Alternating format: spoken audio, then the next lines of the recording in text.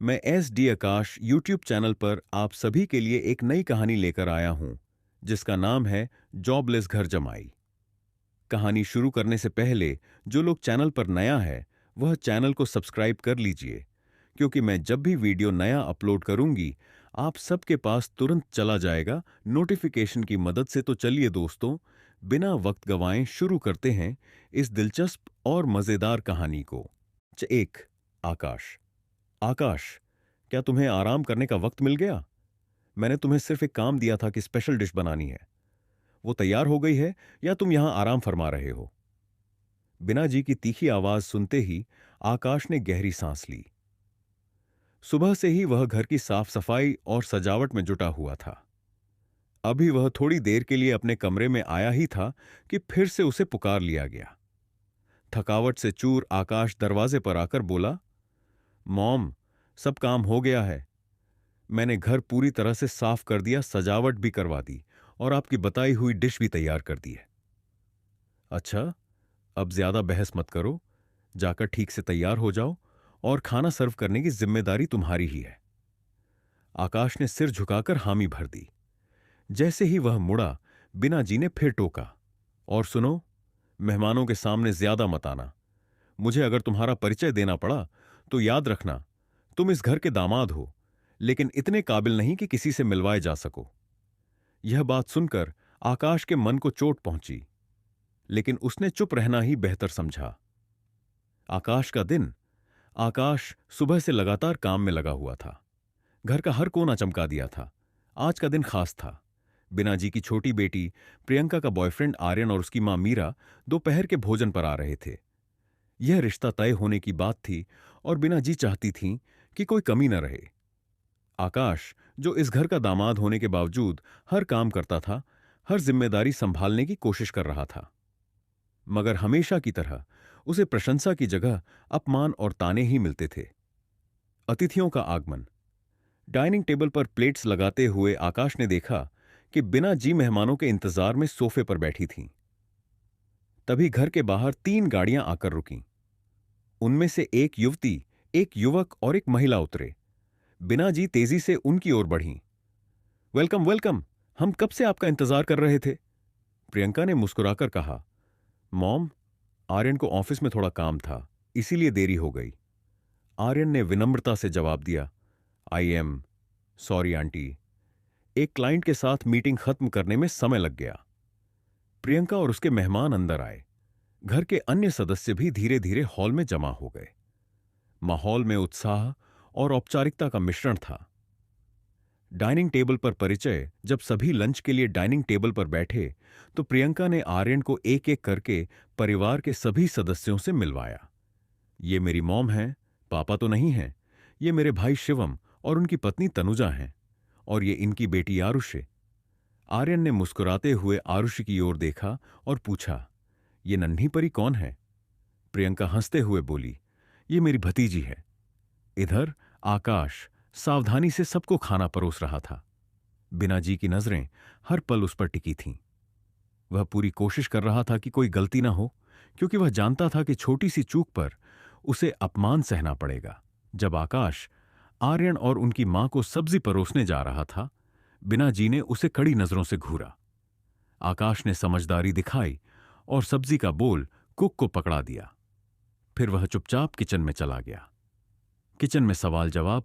Kitchen में cook ने आकाश से सवाल किया, आकाश भैया, आपने मेहमानों को खुद खाना क्यों नहीं परोसा? आकाश ने थके हुए स्वर में कहा, कुछ चीजें करने से बेहतर है कि पीछे हटा जाए। कुक ने आकाश की ओर सहानुभूति से देखा और बोला, आप तो इस घर के दामाद हैं, आपको इतनी जिल्लत सहने की क्या जरूरत है? आकाश ने हल्के से मुस्कुराकर जवाब दिया, जिंदगी में हर किसी को अपनी पहचान बनाने का मौका नहीं मिलता। बिना जी का रुख। डाइनिंग टेबल पर बिना जी ने आर्यन की मां से कहा, आकाश को ज्यादा तवज्जो मत दें। वो हमारे दामाद हैं, लेकिन काबिलियत में थोड़ा पीछे हैं। मीरा ने हल्के से मुस्कुराते हुए पूछा, ओह, ऐसा क्यों? बिना जी ने ठाका लगाते हुए जवाब दिया, कुछ रिश्ते किस्मत के खेल होते हैं। यह सब आकाश ने किचन से सुन लिया। उसका चेहरा कठोर हो गया, लेकिन उसने हमेशा की तरह अपने जज्बात दबा ली। प्रियंका की उलझन लंच खत्म होने के बाद प्रियंका और आर्यन अकेले में बात कर रहे थे। आर्यन ने कहा, प्रियंका, तुम्हारे परिवार में सब कुछ व्यवस्थित लगता है, लेकिन आकाश जी को देखकर कुछ अजीब महसूस होता है। प्रियंका ने हिचकिचाते हुए कहा, आकाश जी बहुत अच्छे इंसान हैं, लेकिन मॉम को उनकी कद्र करना कभी नहीं आया। आर्यन ने सवाल किया, तुमने कभी उनका पक्ष क्यों नहीं लिया? प्रियंका ने नजरें झुका लीं और धीरे से बोली, शायद मैं खुद कुछ करने की हिम्मत नहीं जुटा पाई। आकाश की सोच रात में, जब घर के सभी लोग सो चुके थे, आकाश खिड़की के पास खड़ा था। उसने मन ही मन सोचा, हर दिन एक जैसे गुजर रहे हैं, अब और नहीं। अगर मुझे अपने लिए इज्जत चाहिए तो खुद को बदलना होगा, इस हालात को बदलना होगा। उसकी आंखों में एक दृढ़ निश्चय झलक रहा था। वह जानता था कि अब उसे अपनी जिंदगी में बड़ा कदम उठाना होगा। दूसरा एपिसोड। च2। आर्यन का ऑफर, विस्तारित संस्करण। किचन का सन्नाटा। यहां मेरी कोई जरूरत नहीं है। पिछले 3 सालों से देख रहा हूं ये लोग मेरे साथ कितना गलत बर्ताव करते हैं। दिन भर काम करवाते हैं, लेकिन इज्जत देना तो दूर, सीधी बात भी नहीं करते। आकाश ने दराज बंद करते हुए गहरी सांस ली और धीरे धीरे कहा, अब इन बातों का मेरे लिए कोई मतलब नहीं रह गया है। उसकी आवाज में ठहराव था, पर दर्द साफ झलक रहा था। वह खिड़की के पास खड़ा होकर बाहर देख रहा था। बाहर पार्टी की तैयारी चल रही थी और घर के हर कोने में हलचल थी, लेकिन किचन के कोने में खड़ा आकाश उदास था। तभी बाहर से एक लड़की मॉडर्न अंदाज में साड़ी पहने मुस्कुराते हुए घर में दाखिल हुई। हेलो सब लोग, उम्मीद है मैं ज्यादा देर नहीं हुई हूं। उसके आते ही घर में हलचल बढ़ गई। बिना जी ने उसकी ओर देखकर गर्मजोशी से कहा, अदिति आओ, हम सब तुम्हारा इंतजार कर रहे थे। ये मेरी बड़ी बेटी है। अदिति आओ हमारे साथ लंच करो। अदिति मुस्कुराते हुए आर्यन की तरफ मुड़ी। हाय आर्यन, कैसे हो? आर्यन ने हल्की मुस्कान के साथ जवाब दिया, बहुत अच्छा हूं। आप कैसी हैं, miss queen of real estate? बिना जी ने अदिति की तारीफ करते हुए कहा, अदिति की कंपनी और उनकी मेहनत की जितनी तारीफ करें कम है। वह सिर्फ 28 साल की उम्र में अपनी रियल एस्टेट कंपनी को इतनी ऊंचाइयों तक ले गई हैं कि पूरे शहर में उनका नाम है। आकाश का परिचय। आदित्य ने किचन की तरफ नजर डाली और आकाश को देखा। वह शांत खड़ा था, जैसे किसी कोने में छुपा हुआ हो। आकाश, तुम किचन में क्यों खड़े हो? यहां आओ। यह सुनते ही प्रियंका और बिना जी ने एक दूसरे की तरफ देखा और मुंह बना लिया। आदित्य का आकाश को बुलाना उन्हें बिल्कुल अच्छा नहीं लगा। वे किसी भी मेहमान के सामने आकाश को इंट्रोड्यूस करने से बचते थे। आकाश घबराते हुए सिर झुकाकर धीमे कदमों से वहां आ गया। उसे देखकर आर्यन ने गौर से उसे ऊपर से नीचे तक देखा। यह तो, मुझे लगता है मैंने आपको कहीं देखा है। आप किस सेक्टर में काम करते हैं? इससे पहले कि आकाश कुछ बोलता, बिना जी ने बीच में जवाब दिया, आर्यन, यह तो 4 साल से बेरोजगार हैं। हमारे घर के दामाद हैं, लेकिन घर जमाई हैं।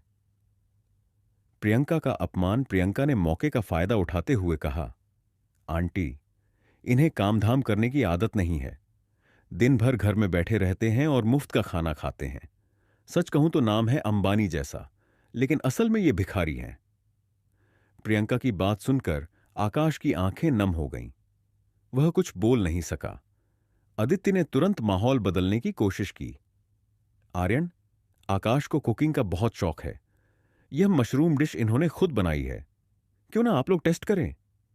प्रियंका ने प्लेट में रखी डिश को चिढ़ते हुए देखा और कहा, उम्मीद है कि इस बार खाना अच्छा बना हो, वरना हमेशा की तरह बकवास होगा।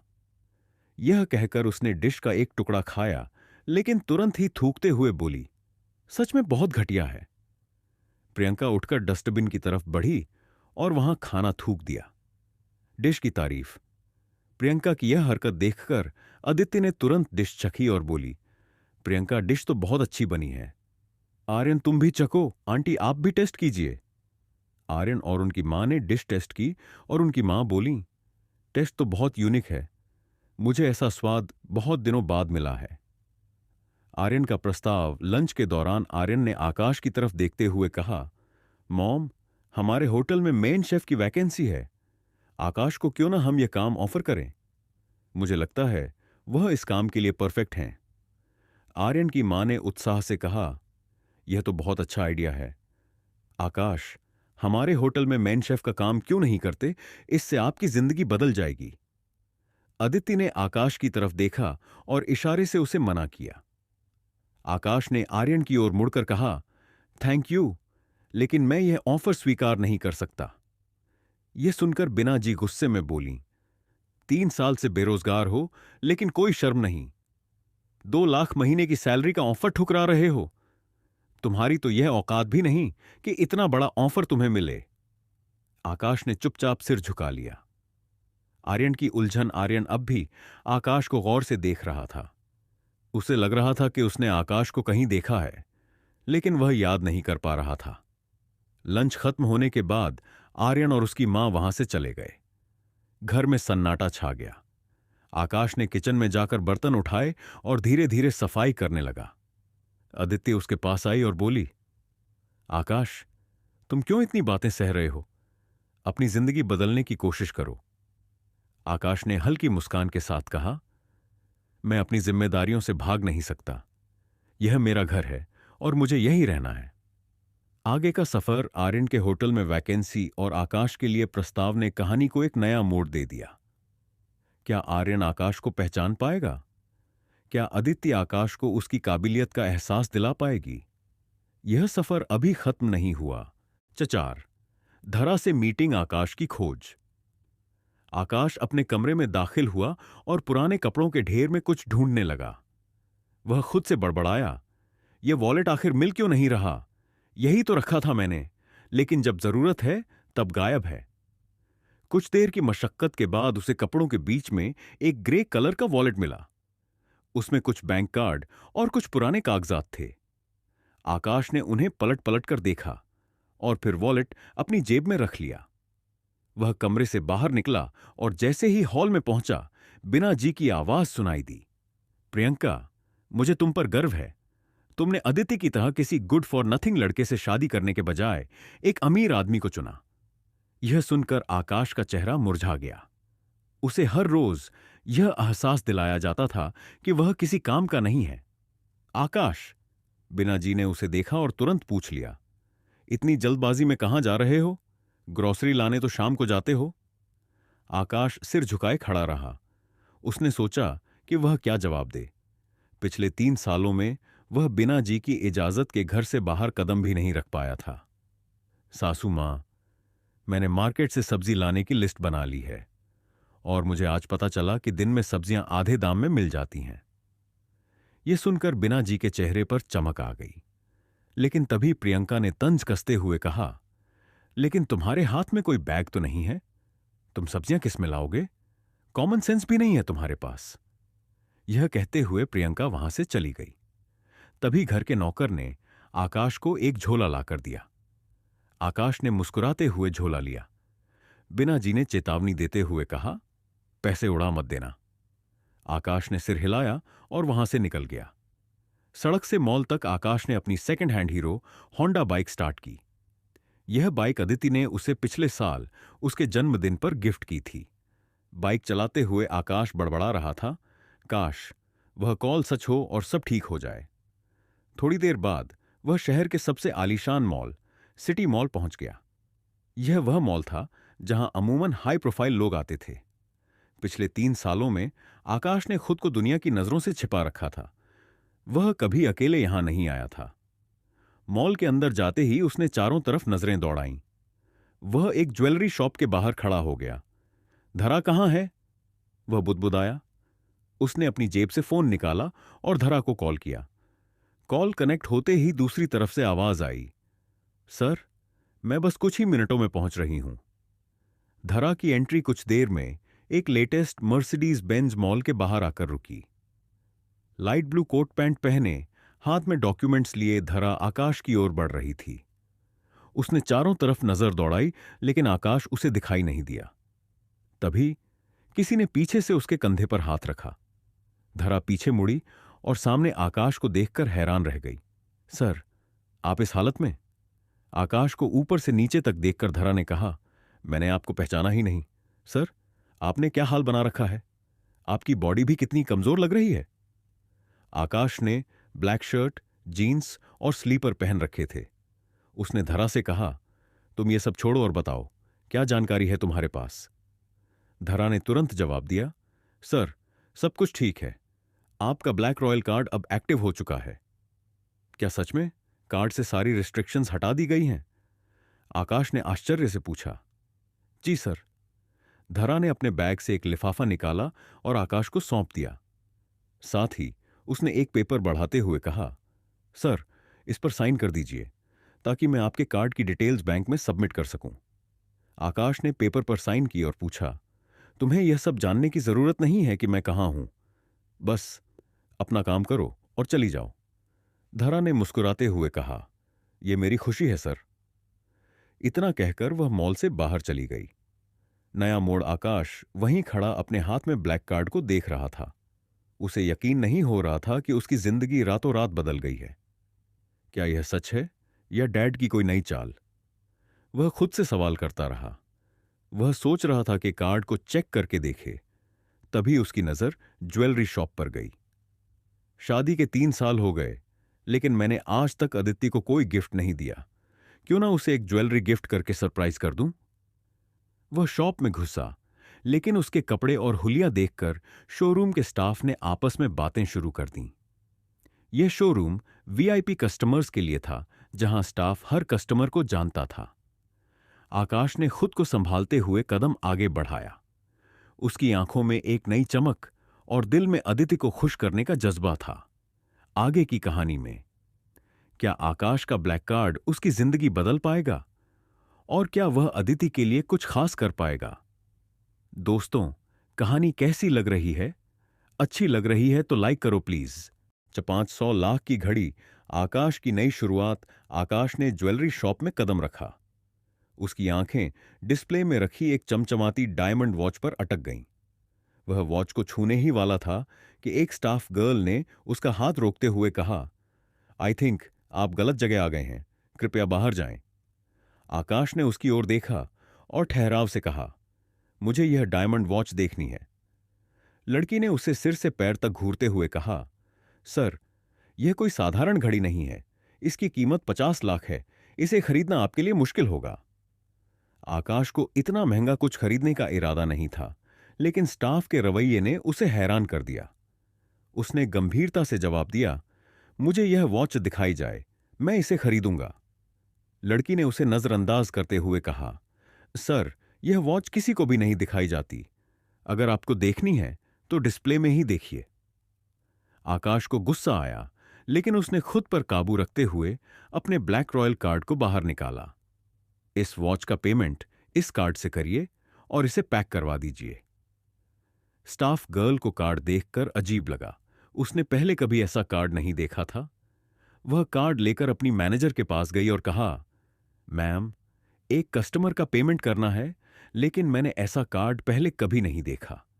क्या यह हमारे स्टोर पर स्वीकार्य है? मैनेजर कार्ड देखकर चौंक गई और कुर्सी से खड़ी हो गई। यह कार्ड किसका है? यह कहां है? स्टाफ गर्ल ने इशारा करते हुए कहा, वो रहे कस्टमर। मैनेजर तुरंत आकाश के पास पहुंची और बेहद विनम्रता से बोली, सर, मुझे माफ करें, मैं खुद आपको अटेंड नहीं कर पाई। कृपया बैठिए। आप चाय या कॉफी लेंगे? आकाश समझ गया कि उसे यह इज्जत उसके कार्ड की वजह से मिल रही है। सारा स्टाफ यह देखकर हैरान था कि उनकी मैनेजर एक साधारण व्यक्ति के साथ इतनी विनम्रता से बात कर रही थी। नहीं, मुझे कुछ नहीं चाहिए, बस मेरी वॉच पैक कर दीजिए, आकाश ने शांत स्वर में कहा। पल भर की राहत आकाश ने अपने कार्ड से पेमेंट किया, हालांकि वह अंदर ही अंदर घबराया हुआ था। अगर कार्ड अभी तक एक्टिव नहीं हुआ तो क्या होगा? जब कार्ड रीडर में स्वाइप किया गया और पेमेंट सफल हो गया तो आकाश ने राहत की सांस ली। स्टाफ गर्ल, जिसने पहले उसका अपमान किया था, अब डर और पछतावे में थी। वह लगभग रोने लगी। आई एम सॉरी सर, मैंने आपको पहचानने में गलती की। मुझे नहीं पता था कि आप इतने बड़े आदमी हैं। आकाश ने कार्ड वापस अपनी जेब में रखते हुए कहा, कोई बात नहीं। लड़की को उम्मीद नहीं थी कि आकाश उसे इतनी जल्दी माफ कर देगा, लेकिन आकाश की आंखों में एक अलग ही दृढ़ता थी। नई मुसीबत आकाश वॉच लेकर स्टोर से बाहर निकला। वह सोच रहा था, मुझे यह वॉच नहीं लेनी चाहिए थी। कोई सस्ती चीज खरीदकर कार्ड को चेक करना चाहिए था। उसने खुद से वादा किया कि वह अपनी असलियत किसी के सामने नहीं आने देगा। जैसे ही वह लिफ्ट की ओर बढ़ा, सामने से आती एक छोटी बच्ची से जोर से टकरा गया। बच्ची गिरने ही वाली थी कि आकाश ने उसे संभाल लिया, लेकिन उसके हाथ से वॉच का बैग गिरकर दूर जा गिरा। ये स्टोर में कैसे कैसे लोग आ जाते हैं जिन्हें चलने तक की तमीज नहीं है। किसी लड़की की आवाज गूंज उठी। आकाश बैग उठाने ही जा रहा था कि किसी ने उसका हाथ पकड़ लिया। आकाश, तुम यहां? यह अदिति की दोस्त जोया थी। वह अदिति के साथ अपने बॉयफ्रेंड के लिए डायमंड रिंग खरीदने आई थी। जोया ने आकाश की नजरों का पीछा करते हुए डायमंड वॉच देखी। यह वॉच तुम्हारे पास कैसे? और तुम इसे लेकर भाग क्यों रहे थे? आकाश ने शांत स्वर में कहा, मैं शॉपिंग करने आया हूं। जोया ने तंज कसते हुए कहा, तुम जैसे बेरोजगार लोग इस डायमंड स्टोर में शॉपिंग करने आए हैं। जरूर तुमने यह वॉच चोरी की होगी। पीछे से प्रियंका की आवाज आई, आकाश, तुम यहां क्या कर रहे हो? क्या वाकई वॉच चुराने की कोशिश कर रहे थे? आकाश ने गुस्से को काबू में रखते हुए कहा, मैंने चोरी नहीं की। आप पेमेंट की रसीद देख सकती हैं। प्रियंका ने जब रसीद देखी तो वह हैरान रह गई। आकाश, यह वॉच 50 लाख की है। इतने पैसे तुम्हारे पास कैसे आए? तुमने चोरी की है या किसी का बैंक बैलेंस खाली कर दिया? प्रियंका की बात सुनकर जोया ने भी कहा, यह रसीद नकली हो सकती है। आकाश ने रसीद वापस रखते हुए कहा, मैं अपनी जिंदगी के फैसलों के लिए किसी को जवाब नहीं दूंगा। जो समझना है समझ लो। आकाश का नया रूप। आकाश ने अपनी वॉच उठाई और लिफ्ट में चढ़ गया। वह जानता था कि उसके पास अब कुछ ऐसा है जो सबकी सोच से परे है। अब वक्त है खुद को साबित करने का। मुझे किसी से डरने की जरूरत नहीं। आगे की कहानी। क्या आकाश अपनी नई पहचान और ताकत से अपनी जिंदगी बदल पाएगा? और प्रियंका व अदिति के सवालों का क्या जवाब देगा? 6 रजत की डुप्लीकेट वॉच आकाश का सिग्मा स्टाइल। प्रियंका और जोया स्टोर के अंदर खड़ी थीं और जोया की नजरों में गुस्से का समंदर था। आकाश ने वॉच के बैग को कसकर पकड़ा था, लेकिन जोया ने उसे घेर लिया और तीखी आवाज में पूछा, बताओ आकाश, तुमने यह डायमंड वॉच कहां से खरीदी? आकाश ने एक शांत और आत्मविश्वासी लहजे में काउंटर नंबर 2 की ओर इशारा किया। काउंटर नंबर 2 से। जोया ने पलटकर कहा, काउंटर नंबर 2 तो खाली है। क्या तुम यह सोच रहे हो कि मैं कुछ नहीं जानूंगी? जोया ने तुरंत रिसेप्शन के पास जाकर माइक से घोषणा की, सभी सेल्स गर्ल्स कृपया अपने काउंटर्स चेक करें। क्या किसी काउंटर से 50 लाख की डायमंड वॉच चोरी हो गई है? यह सुनते ही स्टोर में अफरा तफरी मच गई। सबके चेहरे पर डर और उलझन थी, लेकिन आकाश का चेहरा न तो घबराया और न ही वह झुका। वह एकदम सिग्मा स्टाइल में खड़ा था। कोई उसे छेड़े या घेरने की कोशिश करे, वह बिना किसी डर या चिंता के शांतिपूर्वक खड़ा रहता। प्रियंका ने देखा कि आकाश की आंखों में एक खास गहराई थी, मानो वह सब कुछ महसूस कर रहा हो, लेकिन किसी चीज को दिखाने की जल्दी नहीं थी। जोया ने आकाश की ओर इशारा करते हुए कहा, यह लड़का इसे चोरी कर लाया है, देखो। स्टाफ की लड़कियां तुरंत आकाश से डायमंड वॉच छीनने लगीं। आकाश ने बैग छोड़ दिया और एक सिग्मा स्टाइल में सिर उठाते हुए बोला, प्रियंका, क्या तुम कुछ बोलोगी? मैंने यह वॉच चोरी नहीं की है। प्रियंका को थोड़ी घबराहट हुई, लेकिन उसने खुद को शांत रखा। आकाश, क्या सच में चोरी नहीं की? आकाश ने एक लंबी सांस ली और बिना घबराए कहा, अगर तुम चाहती हो तो काउंटर नंबर 4 की मैनेजर को बुलाओ। उन्होंने ही मेरा पेमेंट किया था। जोया को यह सुनकर गुस्सा और बढ़ गया। उसने स्टाफ से मैनेजर को बुलवाया और कहा, देखो, यह लड़का किस तरीके से अपनी सफाई देने की कोशिश कर रहा है। मैं जानना चाहती हूं कि यह वॉच चोरी है या खरीदी गई है। मैनेजर आई और आकाश को देखकर मुस्कुराते हुए कहा, मैम, यह वॉच तो आकाश ने अभी कुछ देर पहले ही अपनी पत्नी के लिए खरीदी है। जोया का चेहरा पल भर में सर्द हो गया। रजत का मुंह भी खुला का खुला रह गया। प्रियंका तो और भी ज्यादा चौंक गई, क्योंकि अब तक वह भी आकाश के बारे में कुछ नहीं जानती थी। आकाश का सिग्मा स्टाइल दिखता है, जोया को यह सच्चाई हजम नहीं हो रही थी और उसने रजत का हाथ पकड़ा। प्रियंका, देखो रजत कितना वेल सेटल्ड है। तुम्हें पता है कि रजत एक मल्टीनेशनल कंपनी में काम करता है। रजत ने अपनी घड़ी की ओर इशारा करते हुए कहा। प्रियंका, यह घड़ी मैंने अब्रॉड जॉब के दौरान खरीदी थी। प्रियंका ने घड़ी को गौर से देखा और हैरान होते हुए कहा, यह वॉच तो बहुत महंगी लग रही है। आकाश ने रजत की घड़ी को देखे बिना ही कहा, यह वॉच असली ब्रांड की डुप्लीकेट है। रजत का चेहरा गुस्से से लाल हो गया। उसने आकाश की तरफ तिरछी नजर से देखा और कहा, तुम्हें ब्रांड्स की समझ है? कभी किसी असली स्टोर में गए हो? आकाश ने एक शातिर मुस्कान के साथ सिर उठाया और जोया और रजत की आंखों में देखा। तुम्हारी घड़ी में जो सुइयां हैं वो असली ब्रांड की घड़ी से अलग हैं। असली वॉच की सुइयां हमेशा गोल्डन और स्ट्रेट होती हैं। तुम्हारी घड़ी की सुइयां डिफरेंट हैं और असली वॉच में डायल के बीच कंपनी का लोगो भी होता है, जो इस घड़ी में नहीं है। प्रियंका के चेहरे पर अचरज था। जोया और रजत के मुंह से कुछ भी नहीं निकला। आकाश ने अपनी शर्ट के कॉलर को ठीक करते हुए अपनी जेब में हाथ डाला और बिना किसी घबराहट के कहा, जब तक मैं खुद पर विश्वास रखता हूं, किसी को भी मुझे घेरने की कोई जरूरत नहीं है। प्रियंका की नजरें आकाश पर गड़ी थीं।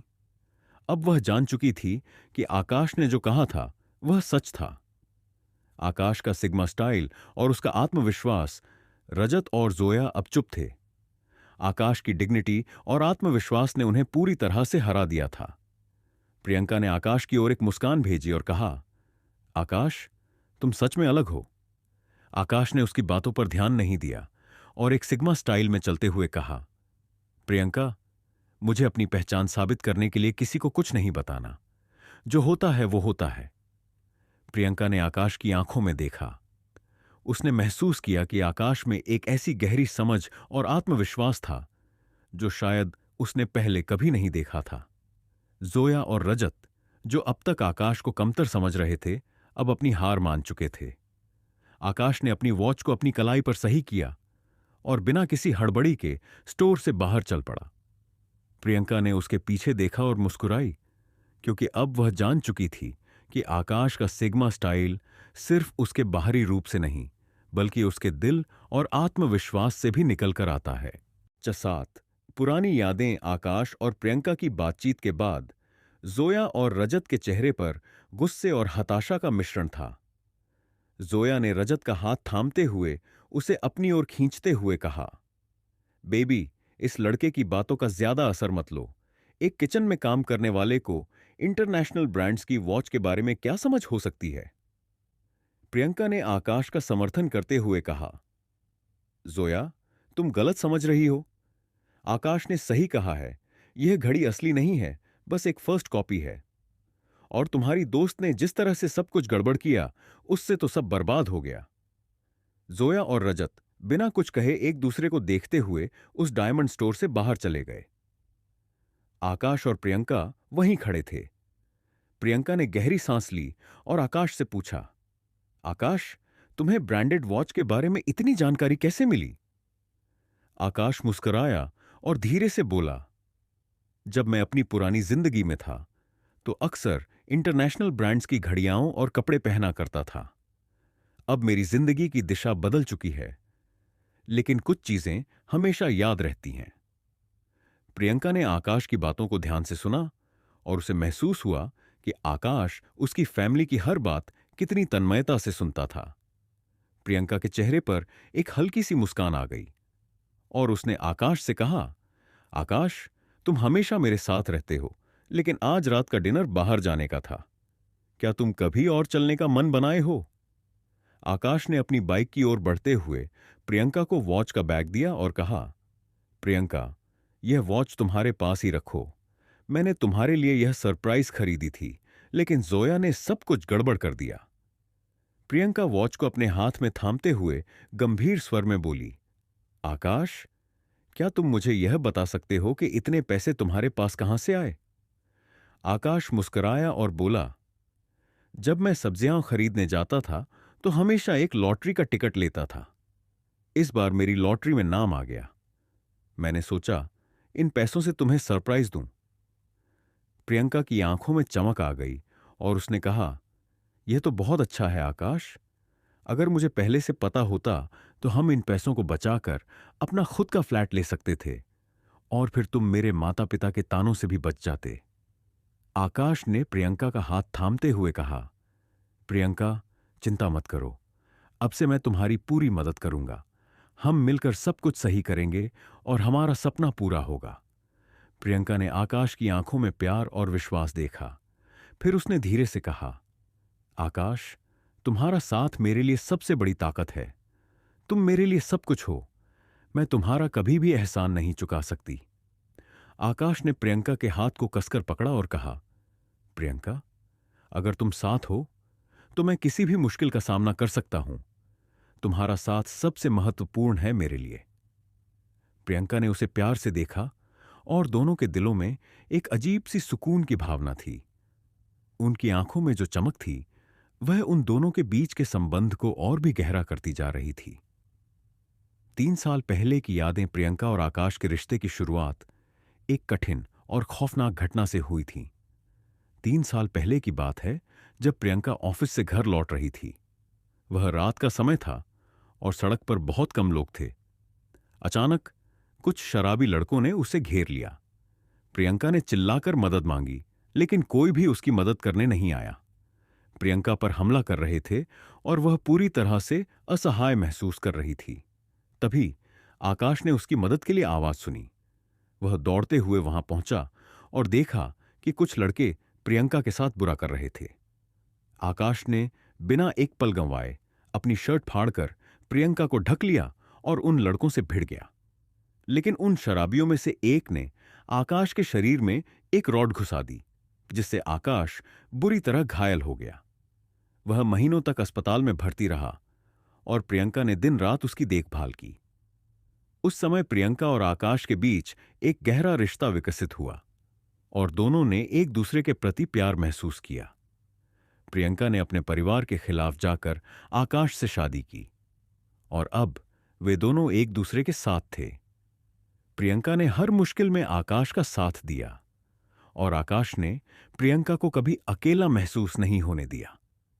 लेकिन एक और मोड़ आ गया। प्रियंका और आकाश मॉल से बाहर निकले। आकाश ने अपनी बाइक स्टार्ट की और प्रियंका को पीछे बिठाकर घर की तरफ बढ़ने लगे। अचानक एक फॉर्च्यूनर कार में बैठे एक आदमी ने अपनी खिड़की नीचे की और फोन पर किसी से बात करते हुए कहा, आपने जिस आदमी का फोटो भेजा था वह अब भी सिटी मॉल से बाहर निकला है। उसका पीछा करो और देखो वह कहां जा रहा है। वह आदमी आकाश का पीछा करने लगा। प्रियंका ने आकाश से कहा, मैं एक जरूरी कॉल अटेंड करके आती हूं, तुम यहीं रुकना। प्रियंका कॉल पर बात करने लगी और आकाश ने सोचा कि प्रियंका को देर हो रही है। वह कुछ समय बाद मॉल से बाहर निकला और प्रियंका को ढूंढने लगा। तभी उसकी नजर दूसरी तरफ सड़क पर खड़ी एक मर्सिडीज कार पर पड़ी। यह कार तो आर्यन की है। आकाश ने देखा कि कार के अंदर अदिति और आर्यन एक दूसरे में खोए हुए थे। अदिति का चेहरा बालों से ढका हुआ था, लेकिन आकाश ने उसे पहचान लिया। आकाश का दिल धड़कने लगा और वह नहीं जानता था कि उसे क्या करना चाहिए। उसने चारों ओर देखा और कुछ लोग कार के पास खड़े होकर उसे घूर रहे थे। यह तो अदिति और आर्यन हैं। आकाश को यह देखकर एक अजीब सा एहसास हुआ, लेकिन उसने खुद को शांत रखने की कोशिश की। अदिति और आर्यन के बीच क्या हो रहा था? चौथा, आर्यन का जॉब ऑफर वह अदिति थी। हां, यह तो आर्यन और अदिति हैं। आकाश ने अपने चारों तरफ देखा। आते जाते लोग रुक रुक कर आर्यन और अदिति की कार में झांकने की कोशिश कर रहे थे। आकाश ने बिना देरी किए कार डोर नॉक किया। आर्यन ने डोर खोला, लेकिन जैसे ही अदिति ने आकाश को देखा, उसका गुस्सा 7वें आसमान पर चढ़ गया। वह तेज आवाज में चिल्लाई, तुम्हारी हिम्मत कैसे हुई हमारी कार के भीतर ताका झांकी करने की? तुम्हें शर्म नहीं आती? ऐसा करते हुए अदिति सब लोग देख रहे हैं, तुम्हें तमाशा बन रहा है। तुम दोनों का यहां जो कुछ हो रहा है वह सही नहीं है। अदिति ने कहा, तमाशा ऑन माय फुट। तुमने ये हरकत करके हमारा तमाशा बना दिया है। और तुम होते कौन हो सही और गलत सिखाने वाले?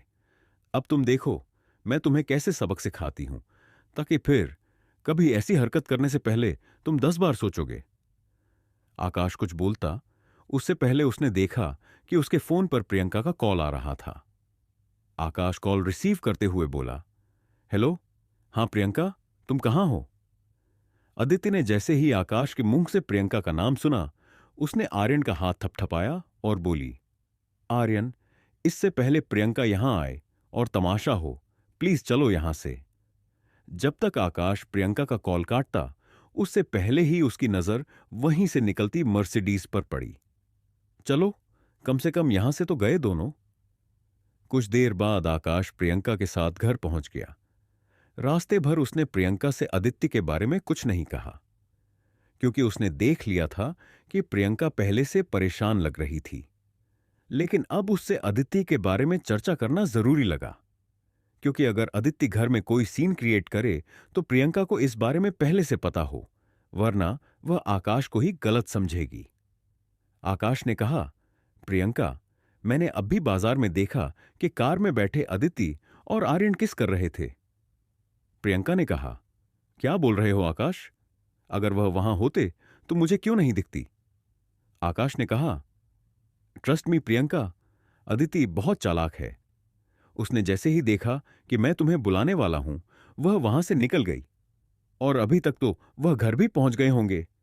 अब अंदर चलते हैं, हम ये बात अदिति से वहीं डिस्कस कर लेंगे। घर के अंदर आते ही प्रियंका ने तेज आवाज में अदिति को बुलाया। अदिति और बिना जी एक ही रूम से बाहर आई। तभी प्रियंका ने अदिति से पूछा, क्या तुम अभी मूवी हॉल रोड पर आर्यन के साथ कार में किस कर रही थी? अदिति ने जवाब दिया, नहीं, मैं आर्यन के साथ थी, पर उस तरफ नहीं गई थी। क्यों, क्या हुआ? प्रियंका ने आंखें दिखाते हुए आकाश की तरफ देखा। तभी आकाश हैरान होकर अदिति से कहने लगा, अदिति, तुम झूठ क्यों बोल रही हो? जब प्रियंका का कॉल आया तब तुम वहां से निकल गई, लेकिन उससे पहले तो तुम वहीं थी ना। एक तो तुम ये सब हरकतें करके फैमिली का नाम बदनाम कर रही हो और ऊपर से झूठ भी बोल रही हो। काफी दिनों बाद आकाश ने इस घर में पलटकर जवाब दिया था। यह देखकर बिना जी बिल्कुल शॉक हो गई। आकाश ने कहा, शट योर माउथ।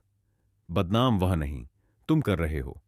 हमें तुम्हारे इन जॉबलेस की वजह से मुझे और मिस्टर चंद्रा को कितना एम्बेरस होना पड़ता है। और सेकंड थिंग, अगर अदिति ने आर्यन को किस किया भी होगा तो क्या हुआ? कोई प्रॉब्लम है तुम्हें? वह दोनों जल्द ही शादी करने वाले हैं। आर्यन एक वेल सेटल लड़का है और तुम उससे जलस हो, इसीलिए तुम बस इस तरह की कहानी बना रहे हो। आकाश, किसी के कैरेक्टर पर इल्जाम लगाने से पहले प्रूफ रखा करो। मुझे तुमसे यह उम्मीद नहीं थी कि तुम अदिति के लिए यह सब बोलोगे। प्रियंका गुस्से में अपने रूम में चली गई। आकाश अब कुछ नहीं बोल सकता था, क्योंकि उसके पास सच में कोई प्रूफ नहीं था। अगले दिन प्रियंका अपने ऑफिस जाने के लिए तैयार हो रही थी। आकाश प्रियंका का ब्रेकफास्ट डाइनिंग टेबल पर लगा रहा था। प्रियंका कल रात की बात के लिए अभी भी नाराज थी। आकाश ने कहा, आई एम सॉरी प्रियंका, मुझे बिना सबूत के वो सब नहीं कहना चाहिए था। प्रियंका अपनी साड़ी में पिन लगा रही थी। उसने आकाश की तरफ मासूमियत से देखा और चलती हुई उसके पास आ गई। उसके कान में आकर उसके हाथों में अपने हाथ में लेकर बोली, तुमने जो कहा गलत नहीं था, वह सच होगा, लेकिन फिर भी कुछ बदलेगा नहीं। आकाश, मैं नहीं चाहती कि मेरी फैमिली बेवजह तुम्हें डांटती रहे, सुनाती रहे। तुम्हें कोई कुछ भी बोलता है ना, तो मुझे बहुत बुरा लगता है। इसलिए मैं नहीं चाहती कि यह सब बार बार रिपीट हो। आकाश ने हां में सिर हिलाया। तभी बिना जी कमरे में आ गई। मैंने आर्यन से कहकर तुम्हारे लिए एक जॉब देखी है। कंपनी आर्यन के दोस्त की है, एक स्टार्टअप है, और तुम्हारा भी कोई एक्सपीरियंस नहीं है, फिर भी तुम्हें जॉब मिल रही है। तुम रेडी हो जाओ और आज से ही ऑफिस ज्वाइन करो। आकाश और प्रियंका ने एक दूसरे को देखा और दोनों ही हैरान थे। प्रियंका कुछ कहती इससे पहले ही बिना जी ने कहा, और हां, इस बार कोई एक्सक्यूज मत देना, वरना मुझे अच्छा नहीं लगेगा। यह कहते हुए बिना जी आकाश के पास आए और उसके हाथ में एक एनवेल्प पकड़ा दिया। यह रहा तुम्हारा ज्वाइनिंग लेटर। आर्यन ने कल रात ही अदिति के हाथ यह जॉब ऑफर लेटर भिजवाया है, लेकिन तुम्हारे नाटक की वजह से तुम्हें यह देना भूल गई थी। प्रियंका मुस्कुराते हुए एनवेल्प लेते हुए बोली, आकाश, यह तो गुड न्यूज है। हमें आर्यन को थैंक यू कहना चाहिए और अदिति को भी। उसने इतना सोचा हमारे बारे में।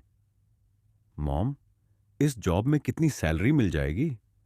अदिति पीछे से आते हुए मुस्कुराते हुए बोली, प्रियंका दी, थैंक्स बोलने की कोई जरूरत नहीं है। और रही बात सैलरी की, तो इनका एकेडमिक स्कोर भी बहुत अच्छा नहीं है।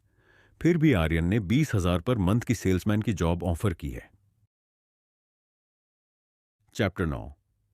प्रियंका के साथ बदतमीजी। आकाश, ऑफिस जाने के लिए तैयार हो जाओ। आज तुम्हारा पहला दिन है और हम साथ में चलेंगे। आकाश के चेहरे पर खुशी नहीं थी, लेकिन वह सोच रहा था कि इन लोगों को खुश करने के लिए उसे यह जॉब करनी पड़ेगी। आकाश रूम से तैयार होकर आया और प्रियंका के साथ अपनी सेल्समैन की जॉब के लिए निकल पड़ा। प्रियंका अपने ऑफिस चली गई और आकाश अपनी बाइक से अपने ऑफिस के लिए निकल गया। आकाश ऑफिस गया तो उसे पता चला कि आज उसकी ब्रांच में रेनोवेशन हो रहा है, इसलिए आज सारा काम बंद है। वह तुरंत ही घर जाने के लिए निकला, लेकिन फिर उसे बिना वजह घर जाने का ख्याल आया। ऑफिस का पहला दिन और घर जल्दी वापस जाना मतलब सासू मां की डांट और सवालों का सामना करना। इससे अच्छा तो मैं हाफ डे बाहर रहूं और लंच के बाद ही घर जाऊं। आकाश वहां से सीधा पास के रेस्टोरेंट में गया, जहां काफी देर तक शांति से अकेले बैठने के बाद उसने कुछ ऑर्डर किया।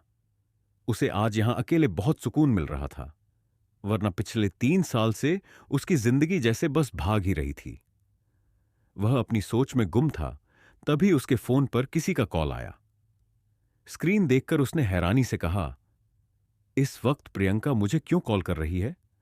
हां, मेरे ऑफिस का पहला दिन है, इसीलिए शायद फिक्र कर रही होगी।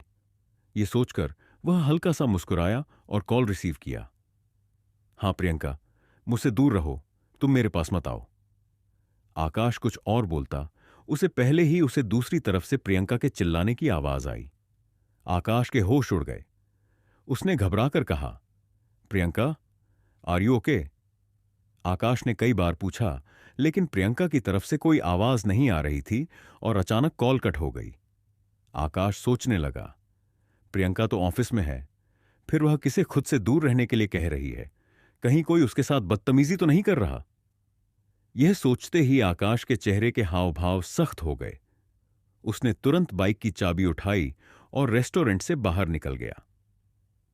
आकाश अपनी बाइक से सीधे प्रियंका के office golden get real estate की बिल्डिंग के सामने पहुंचा। वह अंदर जाने ही वाला था कि उसकी नजर बिल्डिंग के अंदर से भागती हुई एक लड़की पर पड़ी, जिसके कपड़े कई जगह से फटे हुए थे और बाल बिखरे हुए थे। प्रियंका! आकाश उसके पीछे जाने को हुआ, लेकिन कुछ सोचकर रुक गया। उसकी आंखों में गुस्सा साफ दिखाई दे रहा था। उसे समझने में देर नहीं लगी कि प्रियंका के साथ कुछ गलत हुआ है। आकाश सीधे बिल्डिंग में घुसा और किसी तोप की तरह सेल्स एम्प्लॉय के केबिन में पहुंच गया। उसे देखते ही प्रियंका की फ्रेंड जोया उसके पास दौड़कर आई। आकाश जोया को देखते ही बोला, प्रियंका के साथ यह सब किसने किया? जोया प्रियंका के लिए परेशान थी। उसने कहा, प्रियंका और बॉस के बेटे सूर्या के बीच बहस हो रही थी। जब प्रियंका सर के केबिन से बाहर निकली तो उसके कपड़े फटे हुए थे। मेरे लाख पूछने पर भी प्रियंका ने मुझे कुछ नहीं बताया। सूर्या प्रियंका को पसंद करता है। पहले भी कई बार उसने प्रियंका के पास आने की कोशिश की है। वह चाहता है कि प्रियंका तुम्हें तलाक देकर उससे शादी कर ले। आकाश को जैसे एक के बाद एक झटका लग रहा था। उसे समझ नहीं आ रहा था कि यह सब क्या हो रहा है। उसने गुस्से में कहा, सूर्या कहाँ है? जोया ने कहा, प्रियंका के चले जाने के बाद सूर्या भी गुस्से में बाहर चला गया। उसके बारे में आप उसके डैड रणवीर प्रताप से बात कर सकते हैं। आकाश गुस्से में भरा हुआ मैनेजर के केबिन में घुस गया। उसने मैनेजर को गुस्से से देखते हुए कहा, इस कंपनी ऑनर को अभी बुलाओ, वरना मैं इस कंपनी को बर्बाद कर दूंगा। मैं अपनी बात रिपीट नहीं करता तो अभी फोन लगाओ। मैनेजर ने डरते हुए रणवीर प्रताप को कॉल लगाया। रणवीर प्रताप ने कॉल पर सुनते ही कहा, अगर यह बंदा ऑफिस में ही है तो मैं देख लूंगा। रणवीर ऑफिस पहुंचता है और आकाश को साधारण कपड़ों में देखकर उसे तुच्छ समझने लगता है। लेकिन आकाश की आंखों में गुस्से की आग देख वह अपने शब्दों से बचने की कोशिश करता है। आगे की कहानी में आकाश कैसे प्रियंका के लिए इंसाफ करता है, यह तय करेगा। चैप्टर 10। शेयर्स गिरने लगे हैं। उसने मेरी मीटिंग खराब की है, इसे अभी के अभी केबिन में बुलाओ। रिसेप्शनिस्ट ने ऐसा ही किया। कुछ देर बाद आकाश रणवीर के केबिन में एंटर करता है। उसने रणवीर को ऊपर से नीचे तक घूरते हुए देखा। रणवीर मिडिल एज के आदमी थे। कुर्ता और पजामे के साथ हेवी जैकेट उन्हें बेहद रौबदार दिखा रहे थे। आकाश ने शांत लेकिन दृढ़ स्वर में कहा, मैं आपको यह बताने आया हूं कि मेरी वाइफ आपकी कंपनी में काम करती है। प्रियंका चंद्रा नाम है उनका, और आज आपके बेटे ने मेरी वाइफ के साथ सबके सामने बदतमीजी की है। रणवीर ने तीखी आवाज में कहा, तुमने इस बकवास के लिए मुझे यहां बुलाया है? मेरे पास इतना फालतू टाइम है कि तुम्हारी ऐसी बातें सुनूं? और रही बात मेरे बेटे की, तो मेरा बेटा ऐसा नहीं कर सकता। ज्यादातर लड़कियां ने प्रमोशन पाने के लिए उसे सिड्यूस करती हैं। आकाश का गुस्सा फूट पड़ा। उसने कहा, हाउ डेयर यू? मेरी वाइफ ऐसी नहीं है। वह अपना काम ईमानदारी से करना जानती है, और आपकी भलाई इसी में है कि आपका लड़का तुरंत मेरी वाइफ से घुटनों पर बैठकर माफी मांगे। रणवीर ने आईब्रो उठाते हुए तिरस्कार भरे स्वर में कहा, तुम हो कौन जो मेरे बेटे को जज कर रहे हो? वह किसी से माफी नहीं मांगता। आकाश ने गंभीर लहजे में जवाब दिया, अगर तुम्हारा बेटा माफी नहीं मांगेगा तो तुम्हारी कंपनी के सारे शेयर्स अगले 10 मिनट में गिरने लगेंगे। रणवीर हंसते हुए बोला, ऐसी खोखली धमकियां मैं रोज सुनता हूं। Now get out. आकाश वहां से चुपचाप निकल गया। बाहर आकर उसने अपनी जेब से फोन निकाला और एक नंबर डायल किया। हेलो, यह आकाश अंबानी है। मैं एक कंपनी की डिटेल्स भेज रहा हूं, उसके शेयर्स गिराने हैं। ओके सर, दूसरी तरफ से जवाब आया। आकाश के पास उसकी पुरानी अंबानी फैमिली की पहचान और ताकत वापस मिल चुकी थी।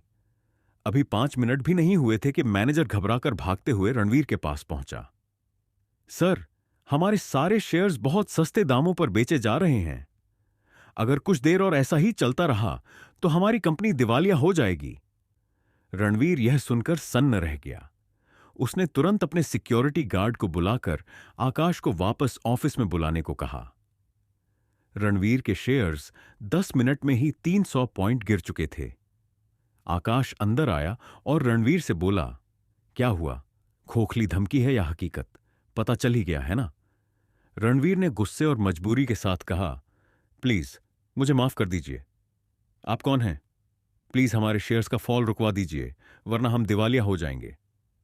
आकाश ने कहा, ठीक है, मैं रुकवा दूंगा, लेकिन मेरी 2 शर्तें हैं। रणवीर ने तुरंत कहा, मुझे आपकी हर शर्त मंजूर है, बस आप ऑर्डर दीजिए। आकाश ने सख्त स्वर में कहा, पहली शर्त यह है कि तुम्हें अपने घुटनों पर बैठकर मेरी वाइफ से सबके सामने माफी मांगनी पड़ेगी। दूसरी शर्त यह है कि माफी मांगने के बाद तुम अपने बेटे का एक हाथ और एक पैर अपने हाथों से तोड़ोगे। अगर इन दोनों में से कोई भी शर्त पूरी नहीं हुई तो मैं यह सुनिश्चित कर दूंगा कि तुम्हारी कंपनी पूरी तरह से दिवालिया हो जाए। रणवीर के चेहरे पर गुस्सा और बेबसी साफ झलक रही थी, लेकिन वह कुछ नहीं कर सकता था। उसने पहले ही आकाश की बात को हल्के में लिया था, और नतीजा यह हुआ कि आकाश ने एक कॉल में ही उनकी कंपनी के शेयर्स को गिरा दिया। रणवीर ने घुटनों पर बैठकर कहा, प्लीज मुझे माफ कर दीजिए, मैं आपको पहचान नहीं पाया। आपकी दोनों शर्तें पूरी करूंगा। आकाश ने कहा, ठीक है, लेकिन ध्यान रखना, मेरी बताई हुई शर्तें पूरी होने के बाद ही मैं शेयर्स फॉल रुकवाऊंगा, और इस सब के बारे में मेरी वाइफ को पता ना चले तो ही अच्छा है। रणवीर ने सहमति में सिर हिलाया। आकाश ने कहा, इस बार कोशिश करना कि मुझे यहां वापस आने की जरूरत न पड़े। रणवीर ने डरते हुए पूछा, सर, आप कौन हैं? आकाश ने शांत लेकिन तीखे स्वर में कहा, मैं वह हूं जो तुम कभी नहीं बन सकते। आकाश इतना कहकर बाहर निकल गया। आकाश जब घर वापस आया तो उसने देखा कि आज बिना जी ने खुद डिनर प्रिपेयर किया था। इससे पहले जब आकाश घर पर रहता था तब वह एक काम में हाथ नहीं बटाती थी। बिना जी ने जैसे ही आकाश को घर में घुसते देखा तो उसे अपने पास बुलाते हुए कहा, आकाश, तुम सही समय पर आ गए हो। आज घर का नौकर छुट्टी पर है और मैंने डिनर प्रिपेयर कर लिया है, तो तुम सिंक में पड़े सारे बर्तन साफ कर दो। आकाश प्रियंका की हालत को लेकर बहुत परेशान था, लेकिन वह बिना जी की बात को टाल नहीं सकता था। इसलिए वह बाहर से आकर सीधे किचन में चला गया और सिंक में पड़े सारे बर्तन साफ करने लगा। बर्तन साफ करते हुए वह सोच रहा था, ना जाने कब मुझे डैड अपने घर वापस बुलाएंगे। अपनी पहचान छुपाने के लिए पता नहीं कब तक मुझे ये काम करने पड़ेंगे। आकाश बर्तन धो रहा था, तभी अदिति वहां एक बाउल लेकर आई जिसमें उसने अभी सूप पिया था। अदिति ने उसे आकाश के बाकी साफ बर्तनों के बीच डाल दिया और आकाश को घूरकर देखने लगी। कल रात आपने दिमाग तो अच्छा चलाया, लेकिन मुझे फंसा नहीं पाए, क्योंकि बर्तन धो धोकर तुम्हारा दिमाग भी घिस चुका है। वैसे अगर आप अपने घिसे हुए दिमाग को अपने जॉब में लगाएंगे तो आपका कुछ बेनिफिट हो सकता है। आकाश ने गुस्से में कहा, Aditi, don't spoil my mood. तुम्हारा यह होशियारी दिखाना तुम्हें भारी पड़ेगा। अदिति अपने बाल झटक कर बोली, आप मेरे बारे में मत सोचो। अभी तो आप ये देखो कि मैं आपकी लाइफ को कैसे हेल बनाती हूं। तो दोस्तों, हमारी कहानी यहीं पर खत्म होती है। अगर आपको यह कहानी पसंद आई हो तो कृपया लाइक और सब्सक्राइब जरूर करें और कमेंट में बताएं कि अगली कहानी किस बारे में सुनना चाहेंगे। अगले वीडियो में फिर मिलेंगे। तब तक के लिए धन्यवाद।